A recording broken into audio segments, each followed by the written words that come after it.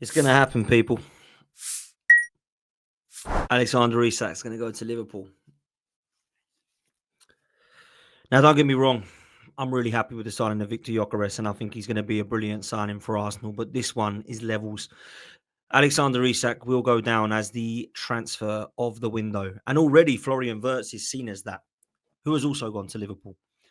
They've got Kirkes, they've got Mamadashvili, they've got Frimpong. There's still rumours that alongside Ekatike and, of course, Isak, who we're going to be talking about, they might even go all out for Rodrigo as well. This could be a 10 or a 11 out of 10 window for Liverpool if they are to pull off this business. Now, of course, the bid has gone in of £120 million and it has been rejected.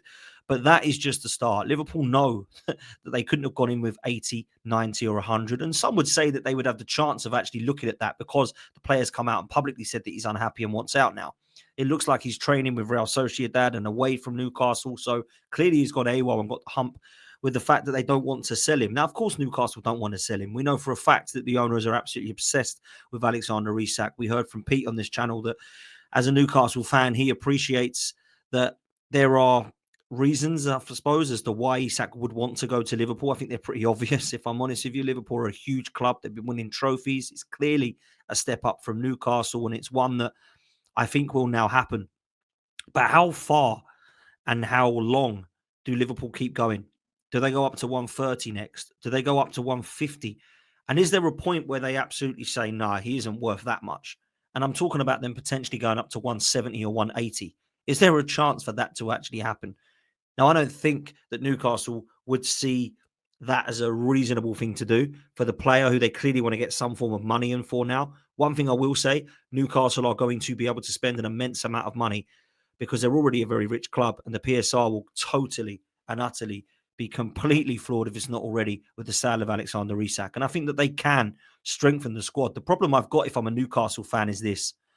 Do I then struggle to keep the likes of Tonali, Bruno Guimaraes, Sven Botman, Anthony Gordon? Do they all look at that and think, why are you letting him go?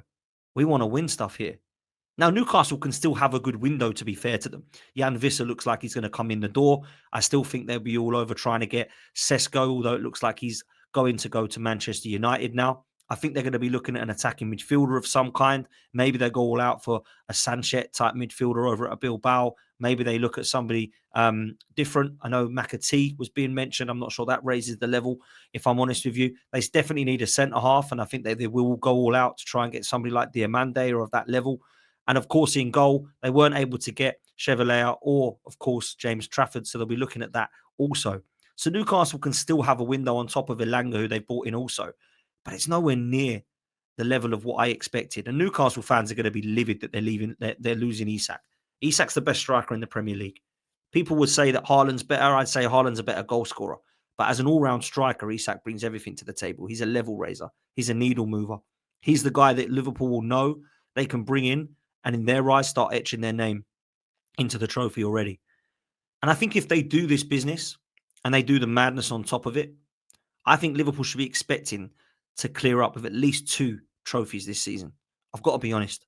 They're the favourites right now for the Premier League. This signing allows them to be one of the favourites for the Champions League. And they have to be one of the favourites for the Domestic Cup because their squad is getting very strong. So they can look now and think, we clearly have the best team and best 11 in the league. Their attack is phenomenal. If you look at it already, it is good. But look at it with Isak and Ekatike, and dare I say it, a Rodrigo-type player as well, who they're linked with. I honestly believe in the title of this. We're all doomed. We are all doomed if that's the case. Because if that team clicks and that team gels quickly, they've got a guaranteed 30-goal-a-season striker in Isak, 30-goal-a-season striker in Salah, potentially goals from Wirtz and Ekatike on top of that. They all stay fit. I expect them all to be putting in double figures. That is going to be a scary attack for Liverpool Football Club. And by the way, they've got a midfield that works. I think Gravenberch has proven to be a good 6 for Liverpool. They've still got Endo. They're still looking to improve that, maybe in January or the following summer. Alexis McAllister, for me, is one of the most underrated in the Premier League. And their back line, they've pretty much brought in 2 fullbacks that are going to bring in similarities and similar attributes to that of Trent and Robertson of the last 5 years in Frimpong and Kirkes. Dashvili is going to be there if Alisson does get injured, and we know he's fairly injury prone for a goalkeeper, but he's been very, very highly rated over at Valencia, the Georgian international. And then, of course, you've got Konaté and Van Dijk who are still there. And although there's rumours about their kind of long-term futures due to age and links with Real Madrid for Konaté, they're linked with Mark Guehi this window also, who I still believe they'll end up getting. We could see £300 or £400 million being spent by FSG here at Liverpool. And people were laughing at them, including myself, not long ago, saying, what are these owners about? Are they serious? Do they have the ambition? There's our answer. And I don't think it's just Edwards coming back. I think it's them realising that they're going to strike while the iron's hot here. They're aware that Van Dijk and Salah aren't going to be around forever. They're aware that Konaté could be going to Real Madrid. So they're looking at getting rid of Nunez, selling Diaz, looking at getting rid of Harvey Elliott. That means there's still space for another attacker at Liverpool if those sales are to go through. It's scary. They've still got Szoboszlai. They've still got Curtis Jones. They're going to obviously have cover at the back as well that we know about. Connor Bradley, obviously Simicas. You've got the likes of Joe Gomez, who's at the back in defence. That's still there, I believe. Liverpool are a serious outfit. Serious outfit. And Liverpool are run very well. And they always have been run very well. They might have lacked the ambition. There might have been that question mark over why they're letting these players' contracts run down. And I think there was lack of personnel at the time, which was why that happened. I think it was criminal, and I think heads should roll. However, I look at what they're doing now to make up for it. I think they've more than made up for it. If this deal goes through, it will be seen as an unbelievable signing in the history of the transfer window. I don't think there's a signing that I can think as important as this that Liverpool have made, if I'm honest with you. Because people will say Fernando Torres and Luis Suarez, but if I'm honest with you, they weren't doing it in the Premier League. They weren't recognised as the best striker in the Premier League when they signed them. Liverpool had never really done that. I think it will go down in history as the one that I look at and go, wow. I don't think Florian Wirtz and Isak, there's no replications. People will say Andy Carroll, but really? Like, that's a completely different striker at Newcastle to Isak. And I understand he was a lot of money at the time and on fire, but it didn't work out. Some people would say Thiago, but he was coming to the end of his career and wasn't able to stay fit. So as much as those two were fairly exciting, so to speak, for Liverpool back then, that was a very different Liverpool. And this is a very different Liverpool. One that I think everybody will be scared of. Arsenal, Manchester City and Chelsea are all going for a title race in their fans' eyes. This is a mad signing for them. This is a bad signing for us. We're all going to be looking at this signing thinking, oh dear. And now if Isak stays fit, I truly believe he can get 20 goals for Liverpool. I think Salah can get 20 league goals for Liverpool. I think Florian Wirtz can chip in with double figures. I think Ekatike, if he does play off that left-hand side, can definitely score goals. And if they do, dare I say it, bring in Rodrigo, he's going to be looking to do the same. It's scary. Now I'll bring it on to Arsenal quickly and what we now need to do. People said we just need to sign Eze and our window's done. Because of this signing, that is not the case now. We have to go and compete for Rodrigo. We have to go and bring in somebody alongside Eze if it is going to be Eze. If it's not going to be Eze, it has to be Morgan Rogers and a left winger. We need to bring in an attacking midfielder and left winger now to compete. We have to. Because it's great having Max Dowman coming through and Ethan Wanieri coming through, who I think will get minutes next season. But with Madueke and Saka and Martinelli and Trossard, who at the moment I don't think have any kind of reassurance or confidence with the fan base that they're going to be around next season delivering, we have to go and get that absolute elite left winger. And we have to go and get that creative attacking midfielder that can help us break down low blocks.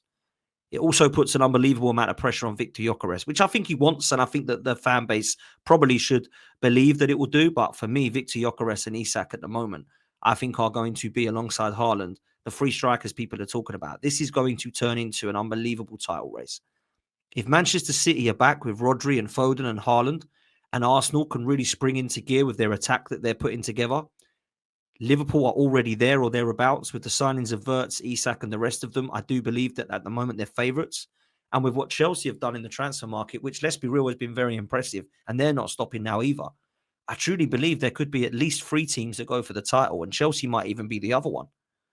It could be an unbelievable title race. But I tell you where I'm at. Right now, Liverpool are walking it. Because although we want a title race and we believe that what I've just said is really good business from the 4 clubs that I've mentioned, I don't think Chelsea are anywhere near Liverpool. I don't think Arsenal at the moment are anywhere near Liverpool. And I don't think that Manchester City are either. And the reason I'll say that is Chelsea are still bedding in and they're still trying to go to their next phase. Arsenal don't look ready in attack yet. Manchester City don't look ready in defence yet.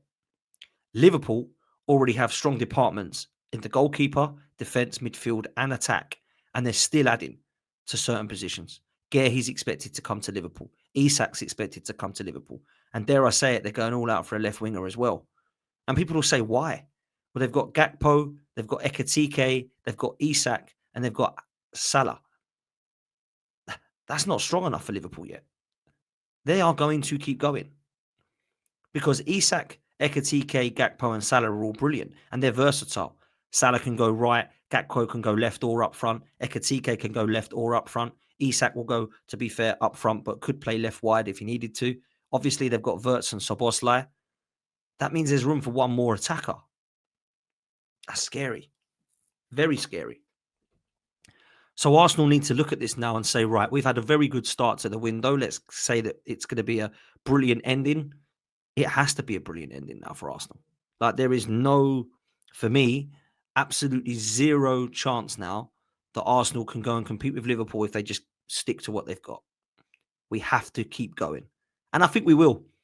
There's not been any player sales yet at Arsenal. So I imagine when we look at getting rid of the likes of Zinchenko, Fabio Vieira, Lokonga, Reece Nelson, potentially Trossard, potentially Jesus, they're talking about. That's 6 players that can bring in some form of money. And then we can lump that on a left winger. And of course, everybody's dream of the attacking midfielder of Eze. I don't think we can rely on Eze to come in on the left-hand side now. I think we have to go and get that elite left winger, which is Rodrigo, or Rafael Leao, who people want, or, Morgan Rogers, who can play out there, Eze, who can play out there. Maybe we need to go and get Eze and Rodrigo and Eze and Rogers for this to be a complete window for Arsenal now. That's the way I see it. Isak is going to be a problem, a big problem. He's a phenomenal player. Liverpool are going to be an issue. Salah, people think he's going to drop off. The African Cup of Nations is the only time that he'll drop off, trust me. He's an elite level, world-class attacker. Virgil van Dijk might not play 45, 50 games, but do you know what he will do? Turn up and deliver like he does every single season. There's not going to be this huge drop-off. People are using this as absolute hopium. There is no evidence suggesting to me that Salah and Van Dijk are going to fall off a cliff. There's no evidence suggesting to me that they're going to bring these players in and not gel. I don't think that's going to be the case because I don't think Florian Wirtz will walk into a side and not know how to kick a football. I don't think Ekitike will be worried or concerned that he's not going to be the main man at Liverpool. And Alexander Isak is an absolute brilliant footballer. Liverpool will to beat people. And there's huge pressure on Arsenal and Arteta. And right now, I don't think they're favourites to win the league. So that means he's got to win a trophy if it isn't the Premier League. The pressure is on. Alexander Isak will be going to Liverpool, people. We have to get our heads around it. Make sure you do me a favour. Hit like, hit subscribe. Make sure you're following Match Bingo, who are our sponsors today. Scan the QR code or click the link in the description. Get yourself Match Bingo, and we will see you on the next one. We're out of here, people.